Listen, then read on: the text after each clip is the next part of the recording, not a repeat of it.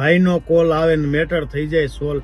એલા ભાઈ, એવા તમારી જેવા ભાઈ તો આ ધરતી ઉપર, ભારતની ધરતી ઉપર કેક આવીને વયા ગયા. કોઈનું નામ નિશાન નથી રહ્યું. બરાબર? જેમણે સમાજ માટે, રાષ્ટ્ર માટે અને ગાયો માટે, બેનો દીકરીઓ માટે જેમણે કાંઈક કર્યું ને, પછી કોઈ પણ વરણ હોય એમના ઇતિહાસ રહ્યા છે. એટલે એ ખોટા ફાંકામાં રહેવું નહીં. ભાઈનો કોલ આવે, કોઈ ભાઈના કોલ ટાણે આવતા નથી. અને ખોટે ખોટા મારે તમામ યુવાનોને પણ કહેવાનું, કોળી સમાજના, કે કોઈ છોડાવવા નહીં આવે. એક તરફ બગદાણાની બબાલને લઈ અને કોળી સમાજ મહાસંમેલનનું આયોજન કરી રહ્યું છે અને બીજી બાજુ પરસોત્તમભાઈ સોલંકી દ્વારા જે નિવેદન આપવામાં આવ્યું હતું ધોકાવાળી કરવાનું, આ બાબતને લઈ અને આહિર સમાજમાં ભારે રોષ છે. અને હવે ફરી એકવાર આહિર સમાજના એક આગેવાન મેદાને આવ્યા છે. તેમના દ્વારા શું કહેવામાં આવ્યું એની વિગતે ચર્ચા કરીશું. નમસ્કાર, હું છું ઉજ્જવલ અને આપ જોઈ રહ્યા છો નિર્ભય ન્યૂઝ. બગદાણાની જો આખી ઘટનાની વાત કરવામાં આવે તો બગદાણાની ઘટનામાં કોળી સમાજને ક્યાંક ને ક્યાંક ન્યાય પણ મળ્યો છે. જયરાજ આહિરની ધરપકડ પણ કરવામાં આવી છે, એમને જેલ હવાલે કરવામાં આવ્યા છે.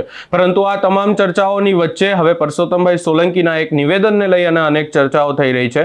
એક સમૂહ લગ્નનો કાર્યક્રમ હતો અને સમૂહ લગ્ન કાર્યક્રમમાં પરસોત્તમભાઈ સોલંકી દ્વારા એક નિવેદન આપવામાં આવ્યું અને કહેવામાં આવ્યું કે જ્યારે વાત સમાજની ઉપર આવશે ત્યારે પરસોત્તમભાઈ સોલંકી ધોકા ઉપાડવા માટે પણ તૈયાર છે. અને આ બાબતને લઈ અને હવે આહિર સમાજ મેદાને આવ્યું છે.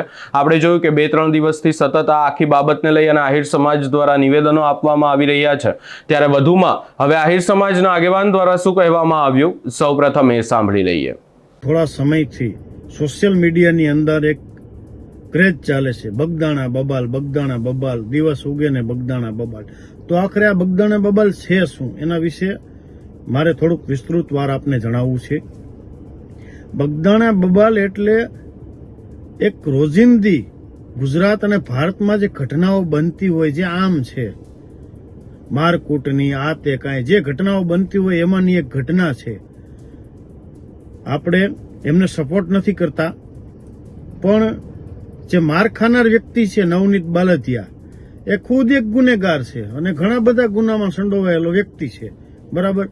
તો એમને આધીન એમણે માર ખાધો અને જે કાંઈ ઘટના બનતી હોય એ ઘટના બની, તો એમને આટલી બધી હાઇલાઇટ લેવાની જરૂર શું છે?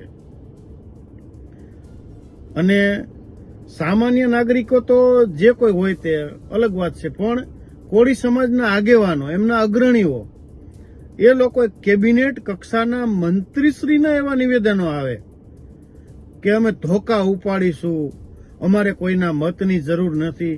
એટલે ભાઈ, તમે જનતાના પ્રતિનિધિ છો તો પ્રતિનિધિત્વ કરો. ખોટા બીજા વાદ વિવાદ થાય બે સમાજ વચ્ચે, એવું કામ બંધ કરો. આહિર સમાજ અને કોળી સમાજ બંને સમાજ એકબીજાને ભાઈચારાથી જોવે છે, તો એમને ભાઈચારો જાળવવામાં મદદ કરો તમારાથી થાય તો. બાકી તમે જે આ ખોટા ઠેકડા મારો જે ઉપાડા લીધા છે આ પરસોત્તમ સોલંકી અને હીરા સોલંકીએ, એ બધા ધંધા બંધ કરો. એમનાથી કોઈનું ભલું થવાનું નથી. અને તમે જે તમારા ચમચાઓને શીખવાડો છો, ભાઈનો કોલ આવે ને મેટર થઈ જાય સોલ્વ. એલા ભાઈ, એવા તમારી જેવા ભાઈ તો આ ધરતી ઉપર, ભારતની ધરતી ઉપર કેક આવીને વયા ગયા. કોઈનું નામ નિશાન નથી રહ્યું. બરાબર? જેમણે સમાજ માટે, રાષ્ટ્ર માટે અને ગાયો માટે, બેનો દીકરીઓ માટે જેમણે કાંઈક કર્યું ને, પછી કોઈ પણ વરણ હોય એમના ઇતિહાસ રહ્યા છે. એટલે એ ખોટા ફાંકામાં રહેવું નહીં. ભાઈનો કોલ આવે, કોઈ ભાઈના કોલ ટાણે આવતા નથી. અને ખોટે ખોટા મારે તમામ યુવાનોને પણ કહેવાનું, કોળી સમાજના, કે કોઈ છોડાવવા નહીં આવે. આ રાજકીય મુદ્દો છે એટલે આમાં થોડુંક વધારે લઈ લીધું છે. બાકી તો બગદાણા બબાલ પછીની ઘણી એવી મેટરો બની છે જેમાં કોઈ મુહોભાઈ, પરસોત્તમભાઈ કે હીરાભાઈ એકેય ડોકાણા નથી. અને રહી વાત અમારા જયરાજ આહિરની, જે અત્યારે કસ્ટડીમાં છે, તો આવી તો ઘણી ઘટનાઓ બનતી હોય છે અને ઘણા રાજકીય નેતાઓ ઉપર, લોકો ઉપર આક્ષેપો લાગતા હોય છે. એનાથી કોઈ ફરક નથી પડતો આહિર સમાજને, કે જયરાજ હતા ને કે માયા હતા ને પણ ફરક નથી પડતો. બરાબર?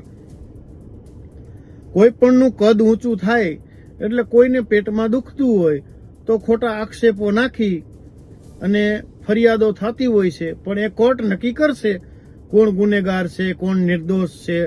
એ કાંઈ મારો અને તમારો વિષય તો છે નહીં કોઈનો, બરાબર.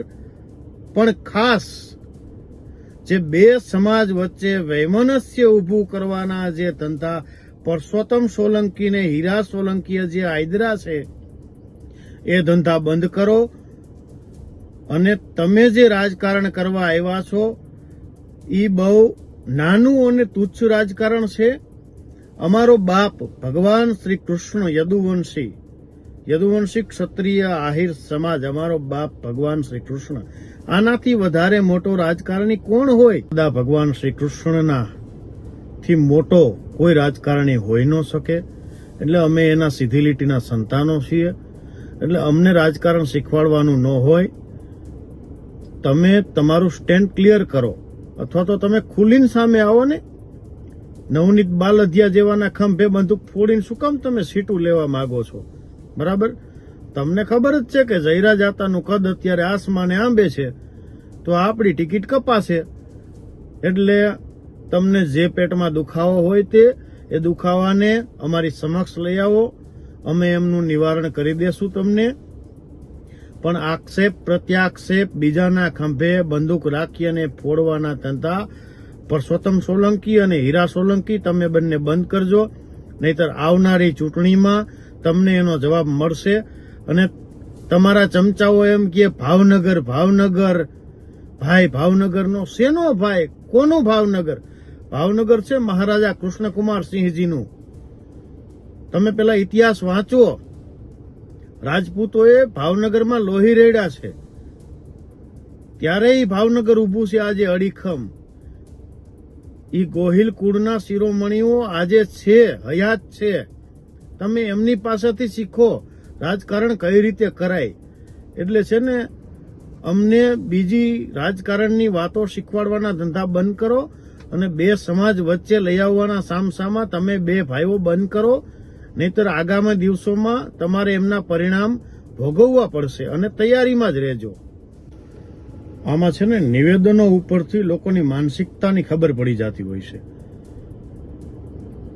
પરસોત્તમ સોલંકી અને હીરા સોલંકી ધોકા ઉપાડવાની અને અમારે કોઈના મત નથી જોતવા, આવી જો વાહિયાત વાતો કરતા હોય તો અમે પણ કાંઈ બંગડી પહેરીને તો બેઠા નથી. દરેકે દરેક પોતાના આત્મરક્ષણ માટે સક્ષમ હોય છે, અને આ બંધારણમાં પણ છૂટ છે. પોતાના આત્મરક્ષા માટે કોઈ સામેવાળા વ્યક્તિને હાનિ પહોંચાડવી, એનું બંધારણ પણ છૂટ આપે છે, બરાબર છે. આત્મરક્ષાનો દરેકને અધિકાર છે. એટલે ધોકા ઉપાડવાની વાતો કરતા હોય તો એ સ્પષ્ટતા કરે કે કઈ રીતે ધોકા ઉપાડવા છે એમને. તો સામે પક્ષે પણ બધા તૈયાર જ છે. એટલે આવી ખોટી વાતો ન કરવી. અને અમારા માયા આતાએ જે નિવેદન આપ્યું, જે થયું તે સારું થયું, જે થઈ રહ્યું છે તે સારું થઈ રહ્યું છે, અને જે થશે તે સારું થશે, એક નિખાલસતાથી એમણે નિવેદન આપ્યું. પણ હવે અમે કહીએ છીએ, અહીંયા આહિર સમાજના આગેવાન દ્વારા સ્પષ્ટ એવી વાત કરવામાં આવી છે કે જે પણ કોઈ બાબત હોય, પરંતુ આ આખી બાબતમાં ક્યાંક ને ક્યાંક વાત હતી બે લોકોની વચ્ચે, ને હવે આખી બાબત સમાજ વચ્ચે થઈ ગઈ છે. અહીંયા સીધા જ આક્ષેપો કરવામાં આવ્યા છે કોળી સમાજના આગેવાનો ઉપર, અને સીધી જ વાત કરવામાં આવી છે અને કહેવામાં આવ્યું છે કે આ આખી બાબતમાં કોળી સમાજના આગેવાનો દ્વારા ક્યાંક ને ક્યાંક રાજનીતિ કરવામાં આવી રહી છે. પરંતુ અમે અહીંયા આ આખી બાબતને લઈ અને આહિર સમાજના આગેવાનને પણ કહેવા માંગીએ છીએ કે આ બાબતમાં જો આ સમાજના લોકો આટલા બધા નેતાઓ મેદાને ના આવતા તો કદાચ આ આખી બાબતમાં જયરા જાહીરની ધરપકડ પણ ના થતી. પરંતુ હવે આહિર સમાજ દ્વારા એક માંગ કરવામાં આવી રહી છે, અને સીધી જ માંગ છે કે આખી બાબતને લઈ અને પરસોત્તમભાઈ સોલંકી ખુલાસો કરે કે તેમણે આ નિવેદન કોને લઈને આપ્યું. આ સમગ્ર બાબતે તમારો શું અભિપ્રાય છે એ અમને કમેન્ટ કરી જરૂર જણાવશો. અમારી ચેનલ નિર્ભય ન્યૂઝને લાઇક, શેર, સબસ્ક્રાઇબ કરવાનું ભૂલશો નહીં.